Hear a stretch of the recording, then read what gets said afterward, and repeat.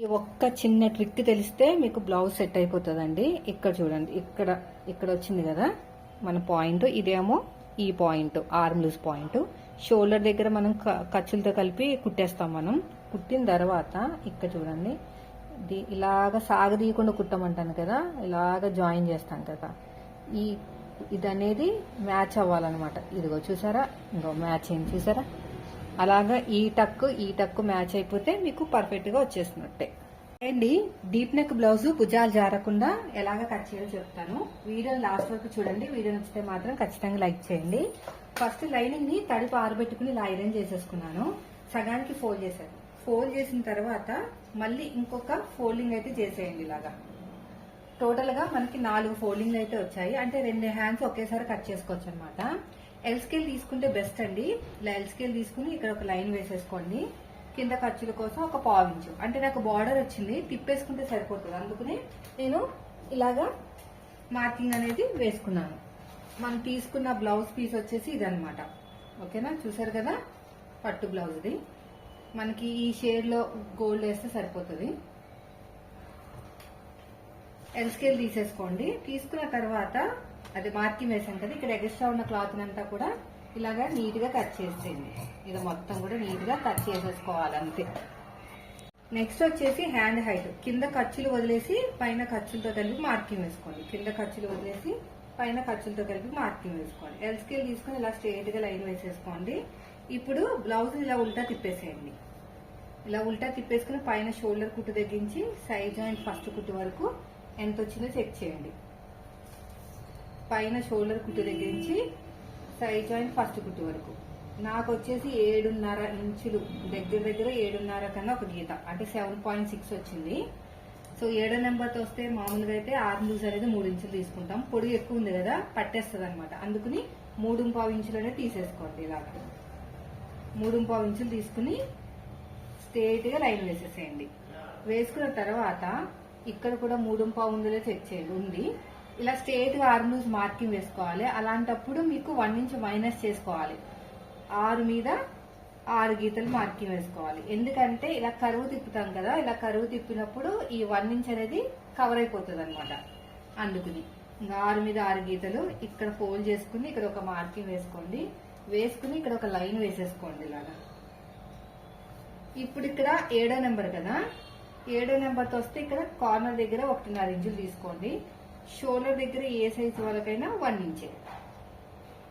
ఇప్పుడు ఇలా curve scale తీసేసుకుని ఇలా నీట్ గా కర్వ్ అనేది తిప్పేసుకోండి. మళ్ళీ ఇలా ఉల్టా తిప్పేసుకుని ఈ షేప్ అనేది ఇచ్చేసేయండి. ఈ కర్వ్ తిరిగిన చోట ఇక్కడ కలవాలి, దీని కిందకి కలవాలి. ఈ కర్వ్ తిరిగిన చోట ఏ సైజు వరకైనా 1/2 ఇంచే. ఆర్మ్ లూజ్ తగ్గించి మన వైపుకి 1 ఇంచ్ అనమాట. మళ్ళీ ఇలాగా మార్కింగ్ అనేది వేసేసుకోండి. ఇప్పుడు హ్యాండ్ లూజ్ వచ్చేసి మనకి ఇక్కడికి వచ్చింది. వాళ్ళు కొంచెం కుట్టు విప్పుకున్నారు. ఇక్కడ పట్టేసుకుని ఫోల్డింగ్ దగ్గర నుంచి ఇక్కడ ఒక మార్కింగ్ అయితే వేసేసేయండి. ఇలాగా లైన్ వేసేసుకోండి కార్నర్ గా. ఇక్కడ దగ్గర నుంచి ఇక్కడికి 2 ఇంచులు, అంటే 2 ఇంచులు అంటే ఇది ఎలా ఉందో అలా అనమాట. అంటే ఖర్చులు ఎలా ఉందో అలాగా. ఇప్పుడు ఎలాగైతే మార్కింగ్ వేసుకున్నామో సేమ్ అదే విధంగా కటింగ్ చేసేసుకోండి. ఈ సైడ్ కొంచెం అతుకులు పడుతుంది అంతే. కాబట్టి మన దగ్గర క్లాత్ ఉంది కదా, వేసేస్తాను. ఈ అతుకులు మనకి చూడడానికి నీట్ గా ఉంటది. పక్కన పెట్టేసేయండి. ఇక్కడ చిన్న టక్ అయితే ఇచ్చేసేయండి. 2 లేయర్స్ ని సపరేట్ గా తీసేసుకుని లోత్ అనేది తీసేసుకుందాం. ఇక్కడ కూడా కట్ చేసేయండి. ఇలా ఇక్కడ కూడా టక్ అనేది ఇచ్చేసేయండి. నేను చూపిస్తాను ఇప్పుడు. ఆర్మ్ లూజ్ కి ఇది మ్యాచ్ అవుతుంది. 2 లేయర్స్ ని సపరేట్ గా తీసేసుకోండి. తీసేసుకుని లోత్ అనేది తీసేసుకోండి ఇలాగా. అంతేనండి, మనకి మంచిగా ముడతలు రాని హ్యాండ్స్ అయితే రెడీ అయిపోయినాయి. దీన్ని తీసి పక్కన పెడతాం. ఇప్పుడు బ్యాక్ పార్ట్ కటింగ్ చూద్దాం. ఫోల్డింగ్ అనేది మన వైపుకు ఉండాలండి ఇలాగా. ఓకేనా, ఫోల్డింగ్ అనేది మన వైపుకు ఉండాలి. ఎల్ స్కేల్ తీసేసుకుని ఇలా స్ట్రేట్ గా లైన్ వేసేసుకోండి. ఖర్చుల కోసం ఒక 1/2 ఇంచ్ తీసుకుంటే సరిపోతుంది. మనం తీసుకున్న బ్లౌజ్ వచ్చేసి ఆల్రెడీ కుట్టేసిన బ్లౌజ్, రీసెంట్ గా కుట్టిన బ్లౌజ్. కొత్త బ్లౌజ్ అయితే మరి ఎక్కువ మార్పులు చేయాల్సిన అవసరం లేదు. పాత బ్లౌజ్ అయితే సాగిపోయి ఉంటది కాబట్టి హైట్ పెంచడాలు అవన్నీ ఉంటాయన్నమాట. ఇప్పుడు దీనికి ఏం అవసరం లేదు, మొన్నే కుట్టాను ఈ బ్లౌజ్. ఇప్పుడు ఇలా హుక్స్ పెట్టేసుకోండి. ఇక్కడ కూడా ఉక్స్ పెట్టేసుకోండి. ఇలా కరెక్ట్ గా పెట్టేసుకుని ఇలా నీట్ గా సదిరేసుకుని ఈ ఫోల్డింగ్ దగ్గర నుంచి ఇక్కడికి సాగదీయకుండా చూడండి ఎంత వచ్చింది ఇంటి అనేది. ఇంకా సరిపోతుంది. ఈ ఫోల్డింగ్ దగ్గర నుంచి ఇక్కడ వరకు 8.5 వచ్చింది. 8.5 కన్నా ఒక గీత ఎక్కువ అంటే 8.6 అంటే ఆర్మల్స్ కి 1 ఇంచ్ తప్పితే చెస్ట్ అంటాను చూసారా, అలా వచ్చింది అనమాట. ఇలా రావడం వల్ల ఏంటంటే వీళ్ళకి బాడీ ఫిట్టింగ్ అనేది బాగుంది, ఎలా కుట్టినా సెట్ అయిపోతుంది. బ్యాక్ పార్ట్ హైట్ ఇక్కడ చూసారు కదా, ఇక్కడ డాట్ నుంచి ఇలా తిన్నగా ఎక్కడికైతే వస్తుందో అక్కడ పట్టుకుని సాగదీయండి. ఇలా కొంచెం కింద ఖర్చులు వదిలేసి పైన ఖర్చులతో కలిపి ఇలా మార్కింగ్ వేసేసేయండి. ఇక్కడ కూడా అంతే. ఇప్పుడు మనకి 9 మీద 8 మీద 6 గీతలు రావాలి. మనకి కనిపిస్తుంది కదా మీకు,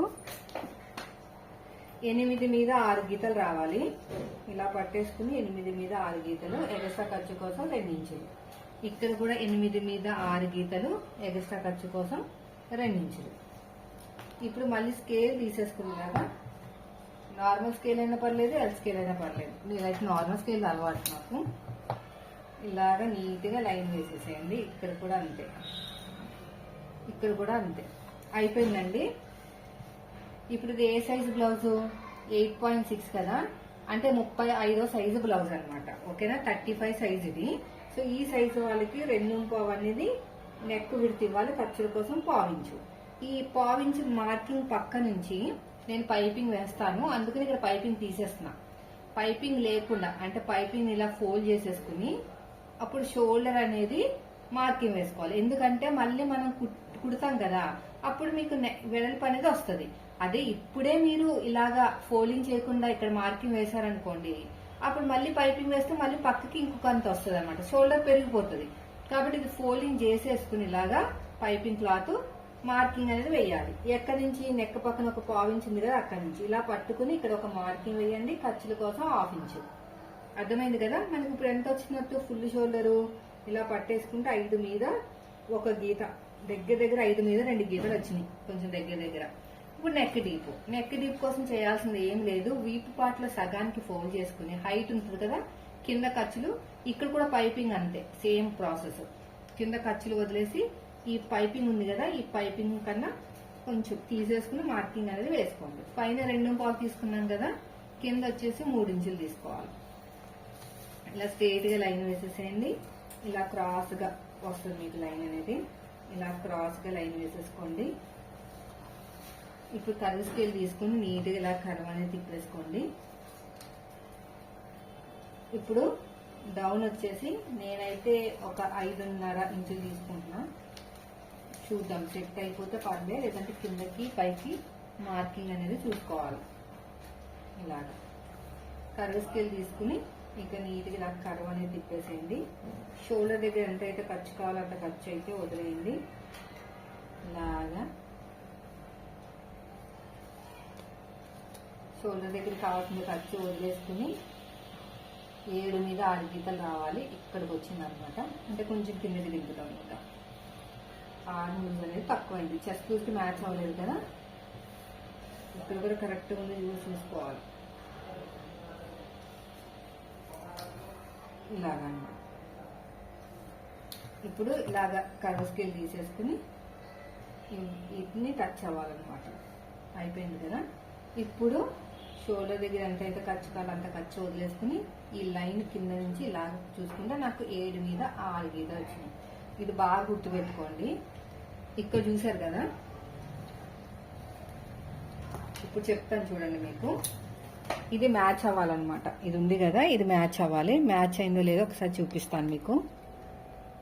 సో మ్యాచ్ అయిపోయింది కదండి. ఇప్పుడు నెక్స్ట్ వచ్చేసి పర్ఫెక్ట్గా వచ్చేస్తుంది. నడుము లూజ్లో 4వ భాగానికి ఒక 1 ఇంచు యాడ్ చేయండి. నాకు చెస్ట్ ఎంత వచ్చిందో అంతే వచ్చింది. డాట్ కోసం కలిపితే ఇక్కడ సగానికి ఫోల్డ్ చేసేసుకుని ఇక్కడ ఒక మార్కింగ్ వేయండి.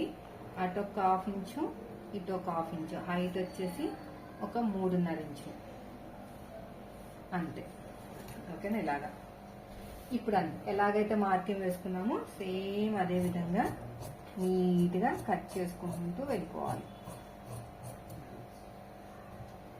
ఇక్కడ కూడా అంతే. ఇలాగా మార్కింగ్ అనేది సెట్ అయితే మీకు పర్ఫెక్ట్గా వచ్చేస్తుంది. నీట్గా ఇలా కట్ చేసేయండి. ఈ టక్స్ ఇచ్చేసేయండి, ఇక్కడ చిన్న టక్ ఇచ్చేసేయండి. ఇదే మార్కింగ్ అడుగు భాగంలో చేసేసుకోండి. నెక్స్ట్ వచ్చేసి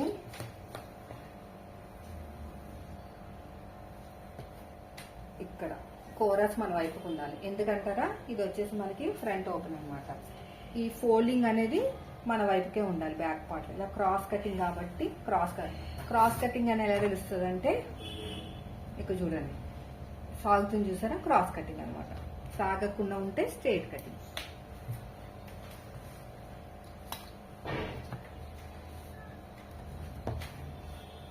ఇక్కడ వచ్చేసి ఇలా మార్కింగ్ అనేది వేసేసేయండి. ఇక్కడ కూడా అంతే. ఇది మార్కింగ్ వేసేసుకోండి. ఇక్కడ మార్కింగ్ అనేది వేసేసుకుని ఇలాగా ఈ సైడ్కి పెట్టేసుకోండి. ఈ ఫోల్డింగ్ దగ్గర కూడా అంతే. ఓకేనా, అయిపోయింది. దీన్ని తీసి పక్కన పెట్టేద్దాం. ఇది ఫ్రంట్ పార్ట్లో మనకి 1/2 ఇంచ్ లోతు తీసుకోవాలి. ఇక్కడ ఇక్కడ 1/2 ఇంచ్ లోతు అనేది తీసేసుకుంటే సరిపోతుంది. షోల్డర్ దగ్గర ఎంత అయితే ఖర్చు కావాలో అంత ఖర్చు వదిలేయండి. ఇక్కడ చూసారా, ఇక్కడ కుట్టు ఈ సెకండ్ కుట్టు దగ్గర పెట్టుకుని ఈ లైన్ పక్క నుంచి నెక్ రౌండ్ అనేది ఎక్కడికి ఎంత అవుతుందో చూసుకొని దానికన్నా కొంచెం పైకి పెట్టుకోవాలి. ఎందుకంటే మనం రౌండ్ తిప్పుతాం కదా, ఈ పైన ఉన్న 1 ఇంచ్ అనేది కొంచెం మనకి కవర్ అయిపోతుంది అనమాట. ఇలాగా అప్పుడు నెక్ రౌండ్ వస్తుంది. ఇప్పుడు ఫ్రంట్ పార్ట్ హైట్ ఈ ఖర్చులు వదిలేసుకుని కింద షేప్ బెల్ట్తో కలిపి ఎంత వచ్చిందో చెక్ చేసుకోండి. ఇప్పుడు చూడండి, ఇలా ఉల్టా తిప్పేసేయండి. ఇక్కడ షోల్డర్ కుట్టు కదా, ఇక్కడ ఇలా పట్టేసుకుని ఇక్కడ షేప్ బెల్ట్ ఉంది కదా, ఇది కుట్టు, ఇది ఖర్చులు. ఈ ఖర్చులతో కలిపి మనం మార్కింగ్ అనేది వేసుకోవాలన్నమాట. ఇలా పట్టేసుకుని మీరు మార్కింగ్ అనేది వేసుకోండి. చెప్తాను చూడండి. పైన షోల్డర్ కుట్టు దగ్గర నుంచి 12 మీద 3 గీతలు, 12.5. సేమ్ ఇక్కడ కూడా అంతే, 12 మీద 3 గీతలు అంతే. ఎల్ స్కేల్ తీసుకుని ఇలా నీట్గా మార్కింగ్ వేసుకోండి. ఇప్పుడు మన వైపు నుంచి 2.5 ఇంచులు చాలు. ఇది మీడియం సైజు కదా. డాట్కి మధ్యన గ్యాప్ చూడండి ఒకసారి, ఆది బ్లౌజ్లో ఎలా ఉందో. ఇక్కడ చూడండి ఎంత ఉందో చూసుకోండి. ఇలా చూసుకున్నా పర్లేదు, లేదంటే డైరెక్ట్గా మీరు పెట్టేసినా పర్లేదు. ఇలా పెట్టేసుకుని ఇక్కడ ఉందన్నమాట కుట్టు, ఇక్కడ నుంచి ఇలా పెట్టేసుకున్నా మీకు కరెక్ట్గా సైజ్ అనేది వచ్చేస్తుంది. ఓకేనా. డాట్ హైట్ ఇక్కడ నుంచి చూసుకోమని చెప్పాను కదా, ఎందుకంటే మళ్ళీ ఖర్చు వేసిన తర్వాత డాట్ హైట్ అనేది తగ్గుతుంది. ఇలాగా అయిపోయింది. ఇప్పుడు నెక్ డీపు ఇక్కడ నుంచి ఇలా పట్టుకుని కింద నుంచి 2 ఉక్స్, లేదంటే ఇక్కడ కుట్టు ఉంది కదా షేప్ బెల్ట్ కుట్టు, అక్కడి నుంచి ఇలా పట్టుకుంటే మీకు ఫింగర్ అంత గ్యాప్ అయితే సరిపోతుంది. ఏదైనా పర్లేదు. ఇక్కడ ఒక 1/2 ఇంచ్ వదిలేయండి. ఈ రెండింటి మధ్యలో మీరు ఒక మార్కింగ్ అనేది వేసుకోండి. ఇక్కడ ఒక మార్కింగ్, ఈ మూడింటికి మధ్య డిఫరెన్స్ ఒక 1.5 అలా ఉంటే సరిపోతుంది అనమాట. ఓకేనా. అంటే మనకి రౌండ్ అనేది రావాలి అంటే చూడండి ఇలా వస్తుంది, ఇలా రౌండ్గా వస్తుంది. 1.5 అలా ఉంటాయి. అయిపోయింది. ఇక్కడ చూడండి ఈ సైడ్ కొంతమంది నాకు ఇక్కడ ఎంత ఉందో అంతే కావాలి అంటారు. కింద ఖర్చులు వదిలేసుకుని ఇక్కడ ఖర్చులతో కలిపి మార్కింగ్ వేసుకోవాలి. ఇక్కడ ఖర్చు ఇక్కడ చూసారు కదా, ఇక్కడ ఖర్చు ఉంది, దీనిపైకి మార్కింగ్ వేసుకోవాలన్నమాట. ఇక్కడ కట్ చేస్తే మనం కిందకి వేసుకోవాలి. కిందకి ఇక్కడ మార్కింగ్ వేసాం కదా, కిందకి మార్కింగ్ వేసుకోవాలి. కుట్ట అనేది ఇక్కడికి వస్తుంది అనమాట. అంటే మనం కరెక్ట్గానే తీసాము. అయినా సరే బ్యాక్ పార్ట్ మీద ఫ్రంట్ పార్ట్ పెట్టుకుని చెక్ చేద్దాం. అయిపోయిందండి ఇది. ఇప్పుడు ఎలాగైతే మార్కింగ్ వేసామో సేమ్ అదే విధంగా కటింగ్ అనేది చేసేసుకోవాలి. ఇలాగా నీట్గా కటింగ్ అనేది చేసేసుకోండి. నెక్ రౌండ్ కూడా చాలా జాగ్రత్తగా చేసుకోవాలి, లేదంటే వీ షేప్ వచ్చేస్తుంది. ఇక చిన్న టక్ అయితే ఇచ్చేసేయండి. ఇక్కడ చిన్న టక్ ఇచ్చేసేయండి, ఇక్కడ చిన్న టక్ అనేది ఇచ్చేసేయండి. ఇదే మార్కింగ్ అడుగు భాగంలో కూడా చేసేసుకోండి. ఇది అయిపోయిందండి. నెక్స్ట్ వచ్చేసి బ్యాక్ పార్ట్ మీద ఫ్రంట్ పార్ట్ పెట్టేసాను ఇట్లా ఇలాగా వదిలేసుకుని కొంచెం ఇక్కడ షేప్ బెల్ట్ అనేది తక్కువ అయినట్టు అనిపిస్తుంది, అందుకు కొంచెం కట్ చేస్తున్నాను. అంటే మరీ చిన్నగా షేప్ బెల్ట్ వస్తుందని ఒక 1/2 ఇంచు టేపుని పైకి వదిలేస్తే ఖర్చుల కోసం అనమాట. మనకి 3 ఇంచులు వచ్చింది. 3 ఇంచులు అనేది మన షేప్ బెల్ట్ కట్ చేసుకోవాలి. ఎక్కడ కట్ చేసుకోవాలంటే ఇక్కడ నుంచి చూసారు, ఈ కూర ఉన్న క్లాత్ 1.5 ఇంచు డిఫరెన్స్ తోటి కట్ చేసుకోండి. ఇక్కడ ఈ పొడుగు వచ్చేసి 10.5 ఇంచులు,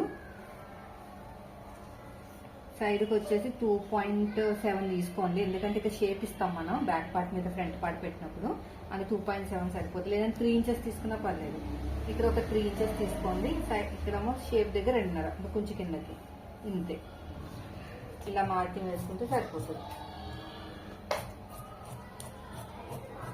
అయితే మనం కొంచెం ఇంకొక క్లాత్ అనేది యాడ్ చేసుకోవాలి.